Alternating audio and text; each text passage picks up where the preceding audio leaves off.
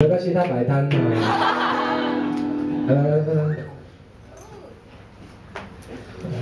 苏印他其实跟我表演很多次，然后他在部落里面算是他们这一辈里面很用功学习唱那些母语歌的年轻人这样。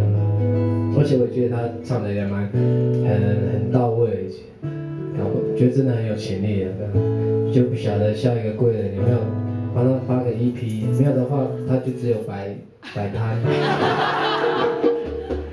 加油哈！现场可能有制作人在现场之类的。